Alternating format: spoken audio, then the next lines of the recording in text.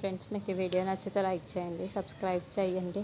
అనామిక గార్డెన్లో నిల్చొని ఉంటే అమర్ అనామిక అంటూ పిలవడంతో ఒక్కసారిగా చెప్పండి సార్ అంటూ అమర్ వైపుకు ప్రేమగా చూసి ఉంటుంది.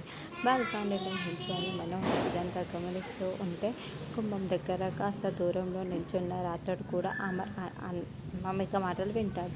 ఏంటి అనామిక, ఆకాష్కి బ్రీతింగ్ ప్రాబ్లం వచ్చినప్పుడు అందరూ చాలా కంగారు పడిపోతే నువ్వు మాత్రం మాత్రం కూడా భయపడకుండా చాలా డిఫరెంట్గా బిహేవ్ చేశావు అంటూ అమర్ చెబుతూ ఉంటే అప్పుడు ఆకాష్కి బ్రీతింగ్ ప్రాబ్లం వచ్చిన సంఘటనని మనకి చూపిస్తూ ఉంటారు.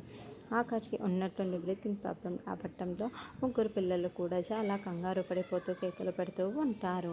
అనామిక ఆరు ఇద్దరు ఒక్కరే కాబట్టి ఆకాష్కి ఎలా డీల్ చేయాలో ఆరుకి తెలుసు కాబట్టి ఆకాష్కి నోటి దగ్గర పెట్టేసి కొడుతూ ఉంటుంది. ఏం కాదు అని ఓదారుస్తూ ధైర్యం చెప్పి ఆకాష్కి ఏమీ కాకుండా కాపాడి ఉంటుంది.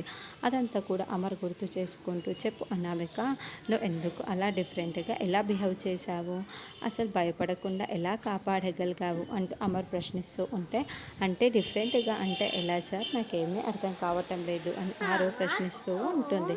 అంటే నువ్వు నా ఆరు అయితే ఏం చేస్తుందో అలాగే చేశావు, అందుకే నేను నిన్ను ప్రశ్నిస్తున్నాను అని అమర్ చెప్పగానే అనామిక చాలా ప్రేమగా అమర్ వైపుకు చూస్తూ ఉంటుంది. అంటే అనామిక ఆరు ఇద్దరు ఒక్కరేనని డౌట్ వచ్చేసి ఉంటుంది, అందుకే ఇలా ప్రశ్నిస్తూ ఉంటాడు.